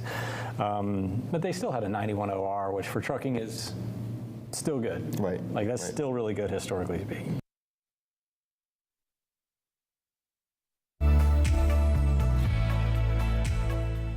You can catch Freightonomics every Thursday with Zach and Anthony at 12 o'clock right here on FreightWaves TV. And go watch the full episode from yesterday up on tv.freightwaves.com if you missed it. All right, let's move into our next look at weather here. And we're watching a quieter weekend come through for the majority of the country, getting kind of a break in between storm systems for us. That means more sunshine, a warming up during the daytime, and less cloud cover for the country. So let's check it out in Sonar Critical Events. You can see right now behind that area of low pressure, the cold front that swept through, we get high pressure taking over the majority of the country. And it looks like there's still some clouds hanging on, some high clouds. This is really all snow cover right now. So we saw a pretty decent amount of snowfall all the way from central Arizona into New Mexico and up through the mountains of Colorado. All of this haziness is going to be that snow that we saw fall on the ground. So lots of snow all the way up the I-25 corridor in through Denver, and then I-70 through the mountains of Colorado up towards Utah. Same thing up towards Wyoming. That's when you start getting a little bit more of the high clouds in place across Montana and northern North Dakota. But really most of this is a pretty decent amount of snowfall. Central parts of the country and down to the southeast, you've got a little bit of low clouds hanging on here across the Tennessee Valley into central and western Tennessee, that is.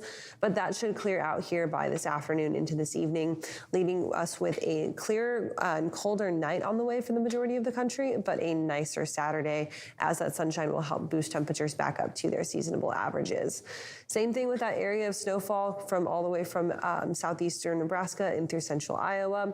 Pretty decent amounts of snow on the ground there as well, but more sunshine coming to the area. The majority of the country from the plains all the way into the deep south looking at a nicer weekend on tap with clear skies and temperatures warming up into their seasonable levels. We'll talk about weather one more time before we're done here for the day. Right now we're going to take a quick break and we'll be right back with more FreightWaves Now.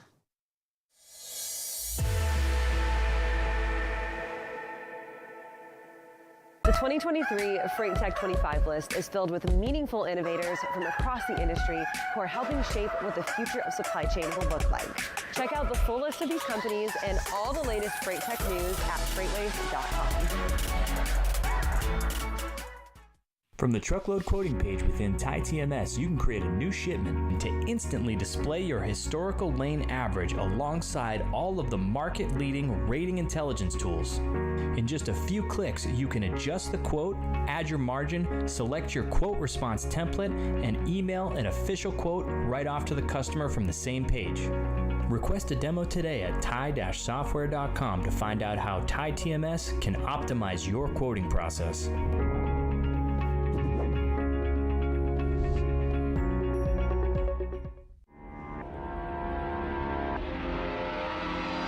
Welcome to Drilling Deep. I'm your host, John Kingston. Drilling Deep is the place where we talk about oil and we talk about diesel, and you have to drill to get oil and you have to get oil to make diesel, so that's why we call it Drilling Deep.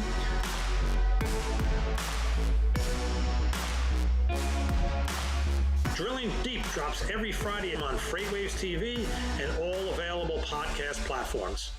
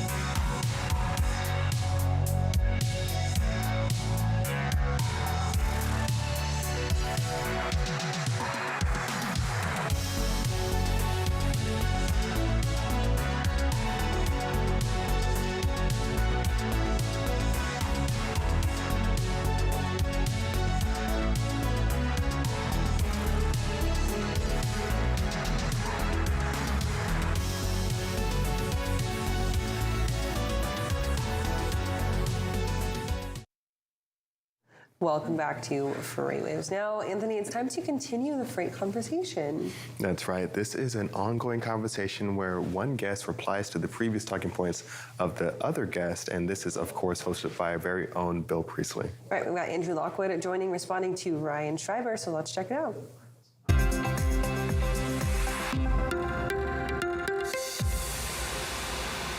Welcome again to our freight conversation, where we continue to talk about the world of freight by continuing the previous conversation and adding it to the next one. I'm your host, Bill Priestley, and joining us today is Andrew Lockwood, Senior Director of Managed Logistics at Southern Global Logistics. Andrew, how you doing? I'm doing well. Glad to, thank you, Bill, for having me on. Always glad to talk freight and all things logistics. Glad to have you add your voice to the conversation as well. So we pick up where we left off last week, and of course we had Ryan Schreiber of Metaphor talk about autonomous vehicles, and here's what he had to say. I'm going to go back to talking about autonomous vehicles because I don't think that we talk about it enough. I think that often the conversation around autonomous vehicles just centers on sort of extremes of the conversation. Oh, they're going to take everybody's jobs, like it's right around the corner, or it's never going to happen. And so I think there's a middle, right? And I find myself in the middle, which is I'm bullish on it. I think it's really important, and I think we need to figure it out. And also, there are very real challenges to where it is today. So I'd love the next person to start by talking about, what, starting from kind of like a growth mindset perspective of, okay, everything's a problem to solve. Like, what are some of the major problems that we need to solve for right now that can help make meaningful progress on autonomy, not from a technological perspective, because the technology is pretty good, not from a technology perspective, but from a change management perspective. What do we need to do to change people's behavior? How do we change people's behavior? How do we change people's thought process around autonomous vehicles to drive a better, safer environment on the road for the professional drivers, and to protect the professional drivers from four-wheelers who are trying to kill themselves and kill other people. So I'd love to hear somebody talk a little bit more about that, because I think that conversation could use some more attention. So Andrew, what we have here is an interesting problem, kind of like a storm coming from the distance. It's like, well, some people say, well, it's never going to make it here. We don't have to worry about it. Some people say we need to batten down the hatches because this is going to drastically change the entire freight, certainly the trucking universe. And then you have others that say, well, we actually built the storm and we think it's going to be okay. So what's your take on what he said? Yeah, I really like this question because the way he kind of framed it is he said, we usually talk about the extremes of autonomous vehicles. It's either about the technology, which we all know is developing and has been developing for the past couple of years. But I kind of likened it to a very pragmatic, approach of, what are the things that's going to, help move this along. I was thinking about this kind of randomly last night of, you think about our cars and just how they've changed. I mean, back in, when we were growing up, right, they had the tape players. No one knows what a tape is anymore, but the tape player, and you had the cigarette lighter, and now everything's evolved to where it's got Apple CarPlay. And so those changes weren't overnight. Like there were small little evolutions in each model or year iteration of each vehicle, and that kind of got us to where we are now. But I think the same is going to be true in our industry. There's those that are going to say, oh yeah, it's next year, like the technology is there, and for sure the technology is always kind of out front by a couple years. But I think about, what's it going to take to really, get it going, and it's a very similar conversation with Tesla and some of the other other things that are going on in the car industry, where you've got the technology with the autonomy is there. It's just working through the change management. And the biggest thing is safety on the highways, right? I mean, anytime you have the one or two cases where somebody gets hit and killed and you've got lawyers involved, it just gets messy. And so, one thing, and again, I love the state of Florida because we have some good roads down here where there are great test cases. But I'm a big advocate for, I talked at length with Kevin Hill about this 2 years ago, turnpike tandems. It's kind of a little known fact, but between Orlando and Miami, you can run 2 48-foot trailers. And so there's these weird loopholes sometimes, and it's state by state, but that's essentially a 2-for-1 with a truck. The problem is, and really the constraints are, you can't go more than, I think it was 5 or 10 miles off the highway. So you are very constrained to just the Florida Turnpike. But man, that would be an amazing test ground to get this launched. I think that's all you need is you need one good use case to say, you know what, look at all the benefits. You need a large shipper that's got volume going, maybe in both directions, where they could really use something like that every day.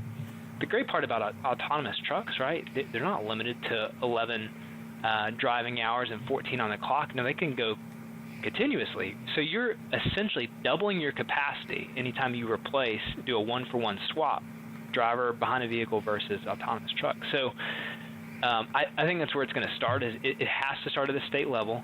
Larger shipper who wants their name in the news and to maybe get some credibility behind this. But the Turnpike's a great. It's mostly 2 lanes. Like there's not a whole bunch between Orlando and Miami. It's really a great test ground. We see the reports in the news, Bill, of this company, this startup's doing this and that. But I think to get it off the ground, it's got to be done within one state first. You've got to build some trust within the public realm, and then that's where, when you start getting states to work together at a federal level, that's where it'll happen. So you have the ear of the entire freight audience. Let's say you have the podium. Where do you want to see the conversation go, Andrew Lockwood? Yeah, so specifically, if I were the transportation secretary for one day, and whoever's coming next, what I would want them to answer is, look, let's say, Pete's out for the day and you're the transportation secretary and you want to drive forward kind of a very pragmatic plan for spending all this money, in the years forward. Like how would you do it? And specifically, like I would go to 2 areas that we've kind of highlighted during the conversation, like specifically truck parking and then the inefficiencies at the warehouse.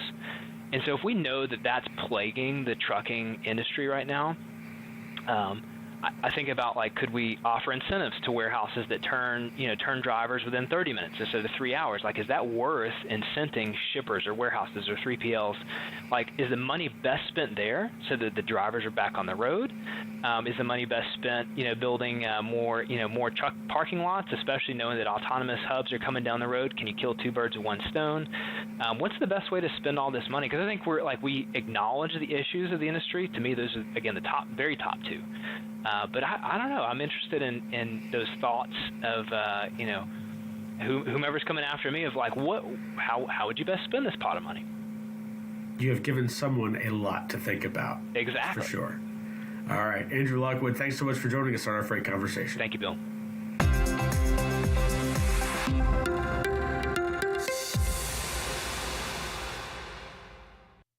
And you can hear the whole conversation with Andrew Lockwood up on our YouTube channel at youtube.com/FreightWaves. Andrew goes into all aspects of autonomy, including how to get it achieved, what might be coming next once autonomy becomes normal in trucking. That's the Freight Conversation with Andrew Lockwood, available on youtube.com/FreightWaves. Now, stay tuned to see who gets put on for next week's Freight Conversation. We're going to take a quick break, and we'll be right back.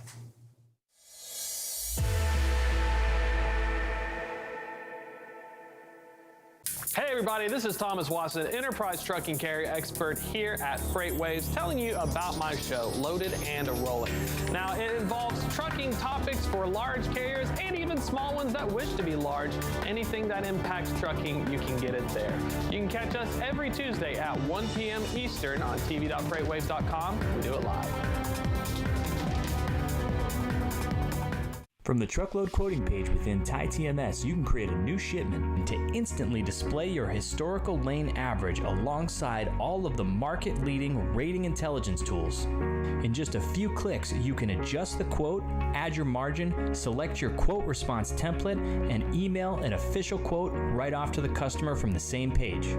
Request a demo today at tie-software.com to find out how TieTMS can optimize your quoting process.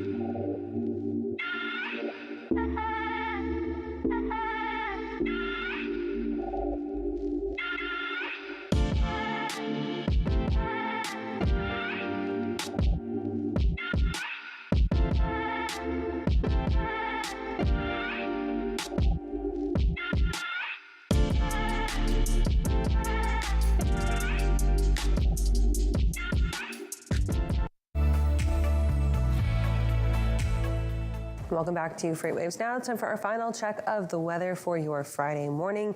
We're watching those lingering showers and storms from that cold front just move slowly off the East Coast this morning, dropping some heavy rainfall across the I-95 corridor up the eastern seaboard in through the Washington, D.C. metro area and up towards New York. Let's check it out in Sonar Critical Events. Got that radar still turned on, and even though there's some heavier rain ongoing, the severe threat is completely gone from this right now. So we could hear some rumbles of thunder. You could hear potentially some heavy rainfall, maybe some small pieces of hail, but the severe weather threat is gone from that. So not expecting any tornadoes popping up in these storms here, no embedded tornadoes or anything like that.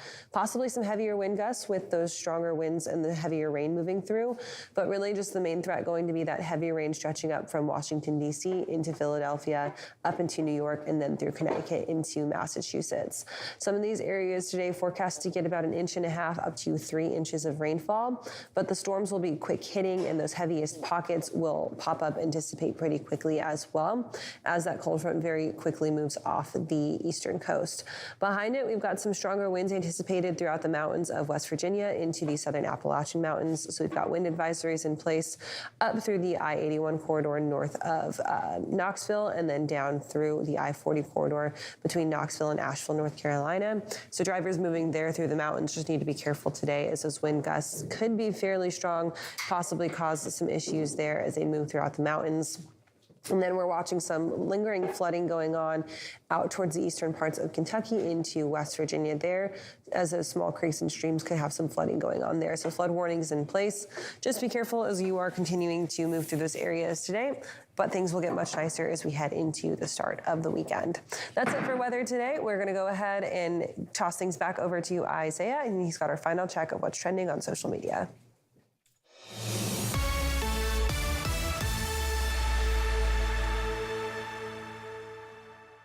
Sorry.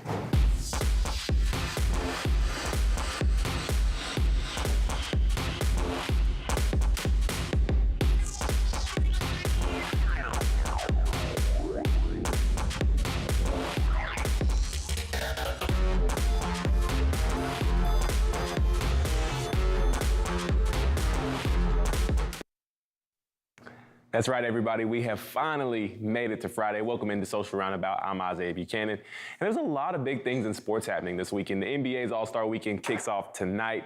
They're going to have the All-Star game, or not, they're going to have the Celebrity Game plus the Rising Stars game. Tomorrow night, you're going to have the All-Star Saturday Night, which will include several different challenges, including the Skills Challenge. And here's a video of DJ Khaled trying to perform that challenge.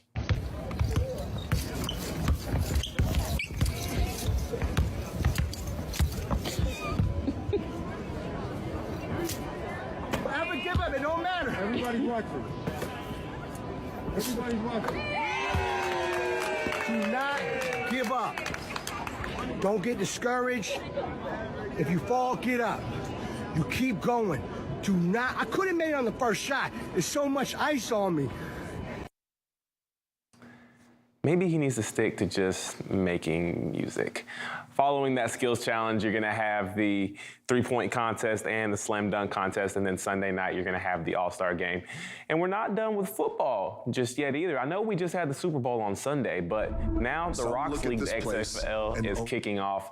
This weekend, you're gonna have all 8 teams in action. You're gonna have 2 games on Saturday night, and then one Saturday afternoon, and then another Saturday night, followed by one Sunday afternoon and one on Sunday night. So if you haven't gotten your fix of football just yet, make sure you're tuning in. Those are going to be on ESPN Plus and ABC. So tune in there, and we'll get a little bit more football. I know I'm going to be locked in.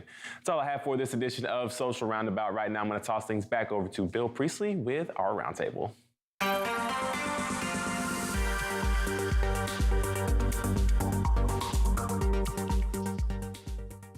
And welcome into the round table. Bill Priestley here along with JP Hampstead, our strategic analyst, and our chief economist, Mr. Anthony Smith. We're going to be talking about the Uber Freight article that JP authored that came out yesterday, and some troubling times, maybe perhaps some troubling forecasts there as well. But how do you deal with it in these changing economic times. And so we already talked about kind of before we came on camera about Convoy, Coyote, restructuring, these kinds of things are going on. And JP, to your point, the article, basically Uber Freight saying there's going to be a broad-based volume recession.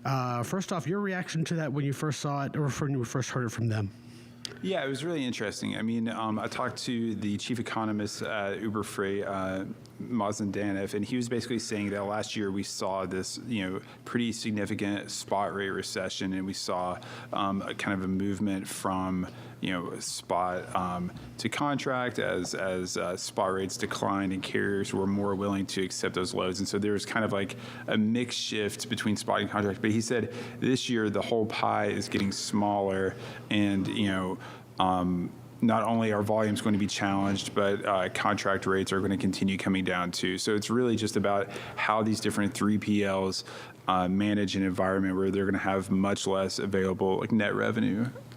Anthony, what was your reaction to it? I mean, obviously, we've talked about this before, and the fact that we haven't hit the bottom yet. We're still kind of slowly going down a little bit, but what did you read out of that when you saw broad-based volume reduction? Sure. So, I mean, when I'm putting together my own forecast here for FreightWaves, one of the big things I'm always looking at is the state of the consumer. And I think he did a good job of really outlining some of the financial worries and concerns around the consumer.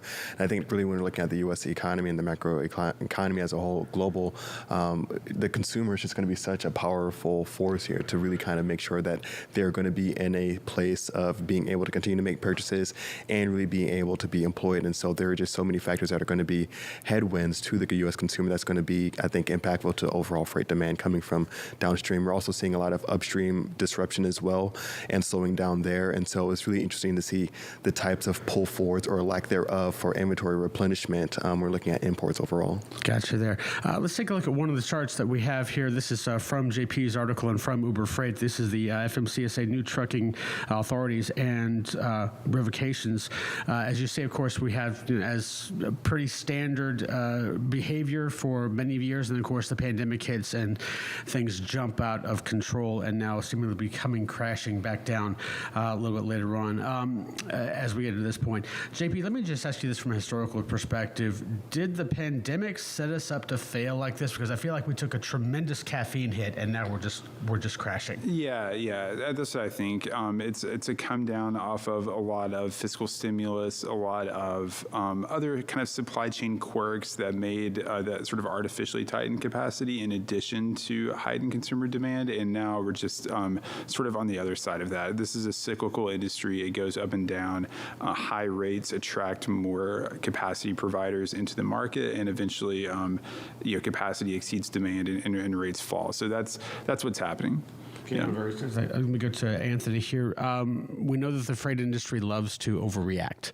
We know that the government likes to also overreact here as well. So again, kind of looking at that line, we don't have to show the chart again there. Is this an overreaction, or is this a reaction to an overreaction, what we're seeing right now? I think it's definitely a reaction to an overreaction. I think that's just kind of par for the course for a lot of the supply chain, most of the supply chain, really most industries as a whole. And I think when we're looking at what's been going on the government side, not just, I would say, overreaction, but delayed reactions most of the time when we're looking at what's been going on there.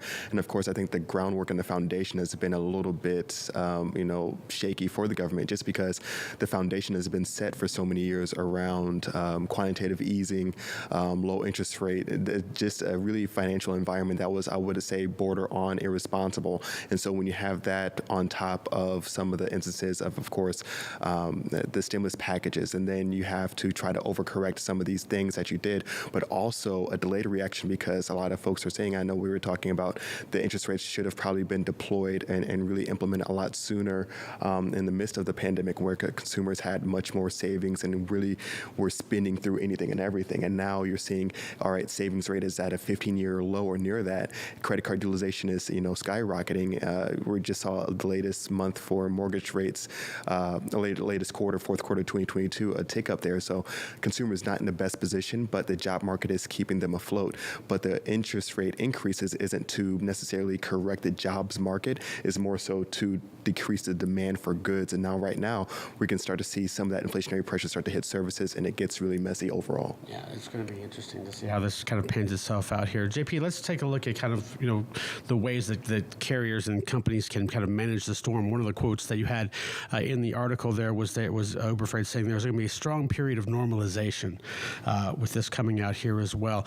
Does that mean that if we're quote unquote on a course to normalization, does that mean that we can go back to a pre-pandemic playbook and kind of operate on those ideas because we're going to be, again, normalizing ourselves? Or do we have a new playbook due to the fact that, as mentioned in the article, there's going to be more nearshoring, there's going to be more changes in manufacturing along those lines?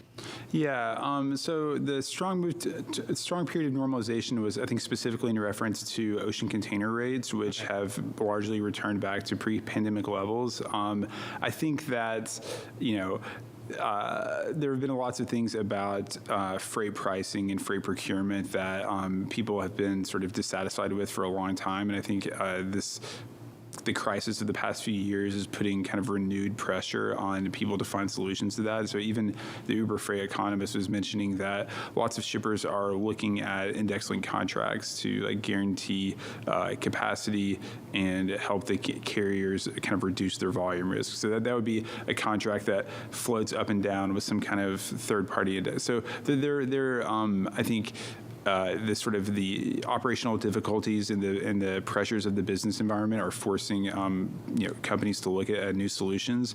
But really, I think what we've seen, if we round up all of the layoffs that have happened that sort of got kicked off with C.H. Robinson last November, what's interesting is that all of these 3PLs have different books of business.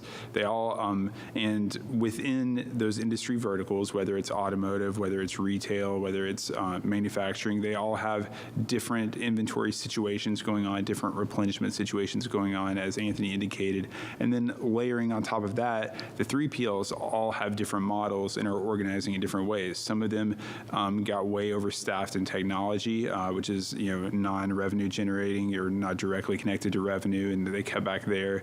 Convoy is talking about how they sort of reworked their operations teams to be dedicated to specific customer accounts to try to drive more efficiency out of those people. So it really kind of depends on where people got overweight in their business models, where they were kind of overcommitted to endless growth, and that's going to dictate kind of how they trim their sales going into the rest of 2023. Let's dovetail just a little off that. I want to ask this question to both of you guys, because obviously every company has perhaps a different solution or different idea, different playbook to get to where they want to go in this situation. With that in mind, given the fact that we've had this kind of step down effect over the course of the last year or so with the economy right now, what is the best mistake that these companies can make? In other words, I feel like we're at a point where, you're kind of like a hitter in a baseball game and you've gone 0 for 3 and you're coming up in the 9th inning or in the middle of the game. There's a runner on second and we're thinking more about not committing the third out as opposed to trying to score the runner. What's the best mistake we can make in this situation and avoid, obviously, hopefully, the worst mistake? I think the best thing that someone would be able to do right now is really hone in on their core competencies and really kind of focus on, okay, what's giving me growth? Okay, let's really focus in on that, because when we're seeing down cycles, you really have to focus in, okay, what's giving you growth, and not really trying to continue to, get water out of a rock. So that's going to be a difficult thing right there. I think the other big thing is, of course, we're making sure you're not making cuts to places that could be revenue generating. So, of course, we always talk about it with Blythe Brumley around, making sure that your marketing is on point, making sure that you're really still being able to build those relationships and get out there. So I think really being able to focus on those core competencies and maybe even expanding into areas that maybe you weren't involved in, but you see as a potential green shoot. I think that does definitely be some areas of opportunity and growth there. Sure. JP, what do you see as being the kind of the corridor of where we can go to get growth and not necessarily try and make the third out or the third mistake? Yeah, I mean, I think that really it's about protecting your people, treating them well. I think, in a cyclical industry, there are times when companies have to cut headcount, and everyone understands that. No one necessarily blames the C-suite for what the market does, but they do pay attention to how they treat their people in these situations, whether they are protecting people that have given a lot to the organization, whether they're setting them up up to succeed. And, the point I make to a lot of frustrated and demoralized brokers who talk to me, I say, look, like things could be a lot different 6 months from now. Like, make sure that you are talking to your customers, make sure that you are set up to succeed when this thing flips, because we know that it will. Yeah, and of course, all of the forecasters, or there's a greater deal of forecasters saying second half of this year could be better, obviously, than what we've experienced in the past year. Guys, thanks so much for the roundtable. Sure, anytime. And we will continue on. Headlines coming up next here with Kaylee Nix. All right, guys, finishing up with the final check of your top stories this morning from FreightWaves.com. Overhaul has recently acquired cargo theft monitoring platform SensaGuard to gain another foothold in the global supply chain security industry. This will add established offices in Brazil, Mexico, and the Czech Republic to Overhaul's portfolio to go along with the company's Austin, Texas headquarters. Currently, the FBI estimates between $3.5 and $10 billion worth of cargo is stolen every year just in the United States alone. Overhaul's workforce will also double to about 650 employees when the deal closes. Uber Freight is sticking with a bearish outlook for the rest of 2023, citing capacity indices that exceed demand indices in most of transportation, driving the downward slump of rates. The company said it expects the spot rate recession of last year to transition into a broad-based volume recession this year, as waning consumer spending gets felt upstream. Mason Danoff, senior economist at Uber Freight, said that all the declines of last year were seen while the market was still oversupplied with capacity, so the full brunt of effects won't be felt until this year. And digital freight platform Convoy announced that it will be going through a restructuring process, leading to a number of layoffs, as well as the closure of its office in Atlanta, Georgia. CEO Dan Lewis announced a decision on LinkedIn yesterday, highlighting that its new customer service model will leverage its automated platform for efficiency gains instead. According to Lewis, since moving around some operational employees to shipper selection, the company has seen operational efficiency improve by 30 to 40%. And you can find details of those stories and more up on FreightWaves.com and our FreightWaves app. Give us a like and subscribe if you're watching us on YouTube, and of course a follow on all of our social media channels. Head on over to tv.freightwaves.com for anything else you might have missed during the week. Right now, to wrap us up, we're going to toss it back over to Tanner and Donnie for a final carrier update.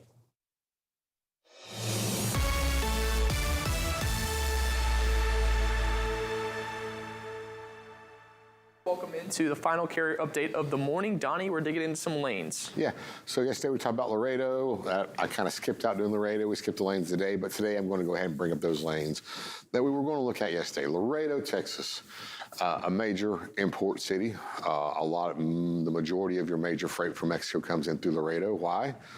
Because within 48 hours of Laredo traveling, you can have freight to any corner of the U.S. So it's a very, very big port for imports coming out of Mexico. So let's jump in here. Laredo to Kansas City, drive in 971 miles. It's a coin flip. Do you want to run a lot of freight, 400 or 500 miles at $3.50 a mile? Or what about some of these longer runs? These can be some good runs that are actually still profitable. The rates look very low, but you're not stopping and unloading and reloading every day. That could take 4 to 5 hours. This will be 2 days out.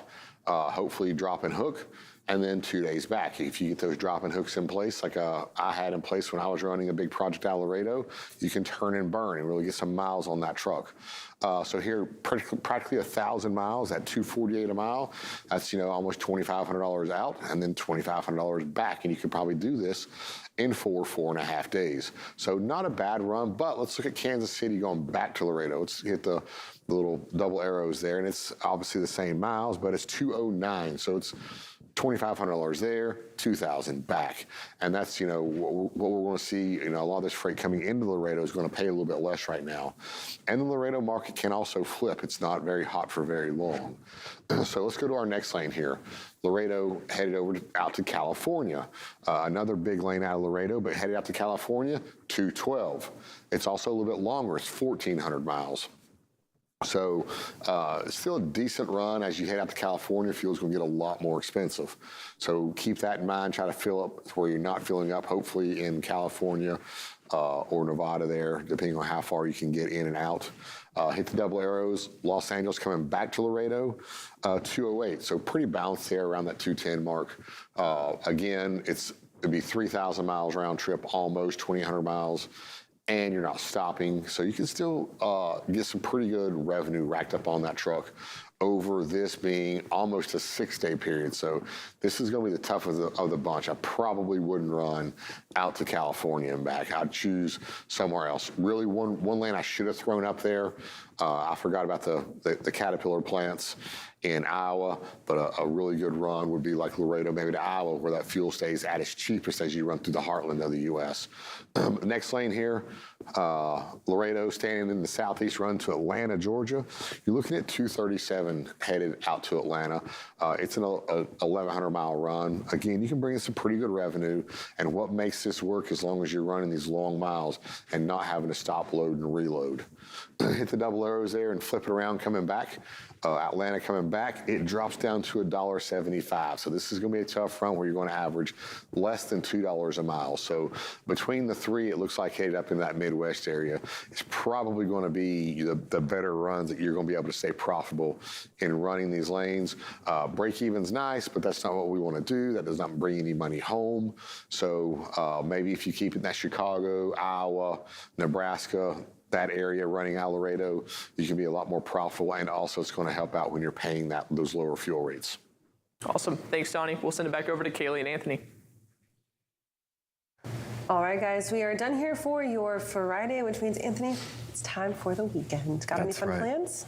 Yeah, first off, I am going to be watching some What the Truck in just about an hour with Dooner himself, but also some well-deserved rest, because I think I need some of that. There you go. You got to rest up big so that next week we can come out strong with Global Supply Chain Week. Hey, maybe your fun weekend plans include getting registered for that. So head on over to live.freightwaves.com. Free registration for this. This will be Tuesday through Thursday of next week. So we won't have a FreightWaves now on Tuesday, Wednesday, or Thursday morning. You can still catch us on Monday and Friday, though. That's right, and you still, like Katie said, you still have time to get registered, and once you are registered, you will be eligible for a free giveaway at one of these days throughout our event. And of course, if you are attending and you are involved in any part of the supply chain, there's going to be something there for you with a theme for each and every single day. Absolutely, so head on over live.freightwaves.com. While you're there, you can check out our event schedule for the rest of our virtual events and our in-person events coming up throughout the rest of the year. We've got some more exciting stuff headed your way, including Supply Chain Meets FinTech. We've got everything from Enterprise Fleet Summit. We'll have a Cold Chain Summit coming up later on in the year. And of course, the biggest shows of them all, Future of Supply Chain and F3. That's it. Have a great weekend, everybody. We'll see you guys Monday morning live at 9.